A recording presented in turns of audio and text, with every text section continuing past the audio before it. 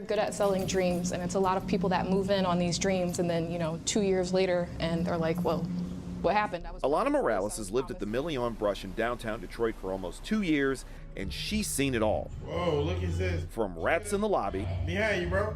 There'd be times where I'm coming home late at night and they're just on the furniture like they're paying rent, To roaches and even maggots. I was waiting on an elevator and a literal maggot fell in my hair. Add in the missing door handles, a disgusting odor, and a myriad of security problems, and you have a nightmare situation. Someone has urinated in front of my front door. I've had other instances where someone tried to forcibly enter my apartment and I had to press my body against the door until the police came.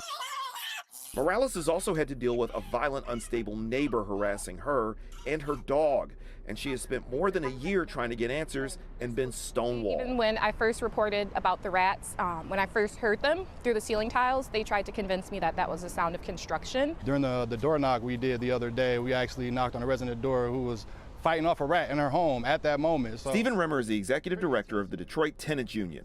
And Alana has attempted to mobilize other residents, which she says led to a cease and desist letter and later an eviction notice from the property manager. I think it's very unfortunate that we have to fight these issues alone. We have ordinances and laws that protect us, but like you heard from Alana, she doesn't feel protected in this situation. Tenants should reach out to us after they have filed a complaint with the management company. Arthur Russian is the executive director of the city's BC department, and he says the city has addressed this matter and is still waiting for results. We did issue an emergency correction order.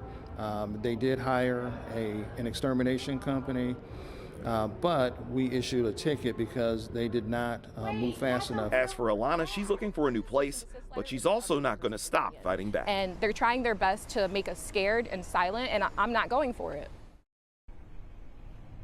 Now, I did reach out to Village Green. They're based in Southfield, and they did respond with a statement, and it said, in part, quote, "As part of our ongoing commitment to our community, the property continues to undergo planned improvement projects and routine preventative maintenance, including regular pest control services, and we remain focused in maintaining the property has a high standard and supporting a positive living experience for all residents." And plus, Village Green also wanted to clarify that they say the eviction notice was about a rent issue and not through retaliation. As for their dealings with the city, Arthur Russian told me that if Village Green does not get this building up to code, they will escalate this to the city's law department. It happened in a flash, basically. Good evening, everybody. You see right here, this is just some of the damage that happened following this very brazen smash and grab robbery that happened this morning, and the GM and owner are furious at what has happened out here. When I get here, police was already here, but the damage has already been done. Merchandise was gone. Wahid Ahmed has owned JB's clothing store here on Gratiot for 26 years. This isn't the first time the store has been robbed. What he saw this morning astounded him. The reason that was so quick, because they come up like more than 15, 20 people. The robbery happened in a flash just before 5 a.m. The thieves pulling up in two vehicles, a white minivan and a black pickup at 4:49 a.m. At least a dozen of the thieves pouring out of the minivan clown car style while another group hopped out of the pickup. At 4:53 a.m. they had smashed the window and door, forced open the gate, and were in the store grabbing all the merch they could find, clearing out shelves, and breaking into a back office. They moved quick. They had an idea what they wanted. They came in basically, let's get it and go. D has been working at the store for 15 years, currently serving as its general manager. He was seething thinking about how this went down. 15 guys, 12 to 15 guys, so this is a routine. This is probably something that they do on a daily. In all, they were in and out in less than 10 minutes, gone by 4:56 a.m., having stolen an estimated $90,000 in clothing. D feels the store, which was robbed in a similar fashion earlier this year, was targeted by this group. Someone came in and scoped the store out. They took a look around. They seen where everything was at, where everything was set up, like the high-end merchandise. That's what they went after. He says that robberies like this are tiresome and feels the store needs more security and better protection with help of Detroit police. As for the band of thieves who stormed JB's this morning, I believe in karma, you know. I don't fight fire with fire. Eventually they're gonna get caught. Now, earlier, a pair of Detroit police detectives were in here getting the investigation started into what happened here. And as I mentioned, these guys got away with $90,000 worth of merchandise. And when I talked to Wahid about this, on top of that $90K worth of merchandise, even after with insurance and everything else, with this damage here, it could cost him up to $200,000 when all of this is said and done. The stairwells are nasty. First thing that hits you when you step inside the Newberry Square apartments is the smell. You can smell whatever this is. It's not just mildew. It's a stale, musty odor that permeates the 5-story building located just off West Michigan Avenue. It has been without air conditioning for weeks. Do you see how hot it is? And this does not work. The heat nor the AC work. Courtney has lived here with her dog since January. She moved here because it was one of the few places she could afford. It's 95 degrees in here right now. Outside it's 94. This heat, this temperature is too high and it shouldn't be like that in here. Dove also moved into this building back in January, but he's had enough and he's moving out today. Each floor didn't stink, like how she said each one has its own distinct smell. His apartment was slightly cooler, but it actually gets worse around sunset. It was like almost 100 degrees in this apartment sometimes. The lack of AC, he says, is a symptom of an even bigger issue here in the building after the former manager left. He also kept care of the building. We went by the building's management office, and no one answered. So I gave the manager, who says his name is Frank, a call. Yes, Frank, my name is J. Scott Smith. Now, Frank told me the issue was a malfunction with the chillers, and he said the AC should start working by next Tuesday, which couldn't come fast enough for Courtney and her dog. It's not safe. The temperatures are not safe.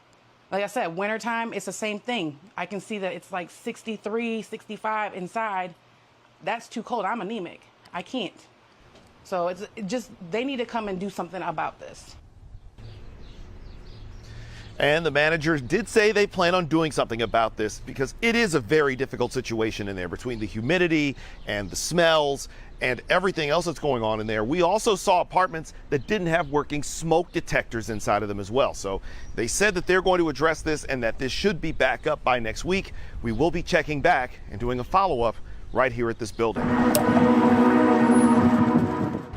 You know, it's like I said, it's just been getting worse lately. But this is been for years now. You know, Gratiot has just been like a speed zone for people at nighttime. Abe Hussein has owned the Sunoco station on Gratiot and Mount Elliott for 3 years. He compared this stretch of road in the shadow of downtown to a racetrack. You know, how much times I've seen people blow the light going 100 miles per hour, and I just be thankfully and luckily, I'm like, hey, thank God nobody's coming this way. To give you an idea of how dangerous this intersection is, as we were working on this story, these two SUVs smashed nearly head-on into each other. The crash was caught on Hussein's surveillance cameras, and it's doubly stunning since less than 18 hours earlier, a different and fatal crash involving a motorcycle and an SUV happened in nearly the exact same spot. Oh, I'm not surprised this happened, unfortunately. Like, my condolences to the people, but but it's just like, I don't know what needs to be done here. It happened just after 1:30 a.m. when the bike passed through the light here on Gratiot and Mount Elliott when it suddenly T-bones the SUV, which was making an illegal turn. The crash killed 2 men, the man on the motorcycle, 38-year-old Quentin Kaiser of Detroit, and the unnamed passenger in the SUV. Kaiser went by the nickname Duck, and a huge block party was held in his honor on Chalmers on Saturday evening. This Duck Day, September 20th, Duck Day. Charmaine Hobbs knew Kaiser for 20 years and is stunned at how he lost his life riding his motorcycle, something that he loved. He was just so energetic, always smiling, always laughing, always talking junk. He was just funny, just a character. His death is the latest in a growing list of crashes on Gratiot. The sight of the sickening impact of 2 vehicles has become a way of life here, and Abe Hussein is tired of it. I'm not even surprised anymore. Gratiot, fatality, Gratiot, accident, fatality, accident. And it's just from 1 person to 2 people. You know, something needs to be done here. Unfortunately, Quentin Kaiser is just the latest to die in this intersection in an accident, often because of speeding up and down this stretch of Gratiot. Meanwhile, there are no words on any charges in last night's crash, and in the crash that occurred earlier this evening, everyone was able to make it out safe, but both cars were completely totaled. We're on Gratiot and Mount Elliott in Detroit. I'm J. Scott Smith for Local 4. So we're at Michigan State University, just south of MSU's campus. You see all this grass right here.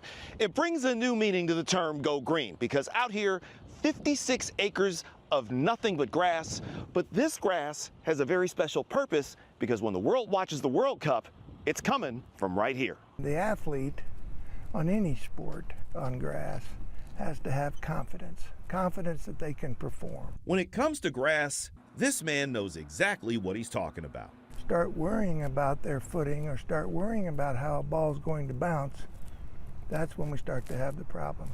Trey Rogers, and I am a professor in the area of turf grass management, Michigan State University. Trey Rogers has been at MSU for nearly 38 years. He first got interested in grass when he worked at a golf course as a teenager in Arkansas. I do a lot of teaching here, and I still will tell you that the students, as they gravitate toward turf grass, what really turns them on is working on a golf course or in an athletic field. That's what gets their juices flowing. He, along with students from MSU and the University of Tennessee, have grown the grass that will be the playing surface at all 16 World Cup stadiums across North America.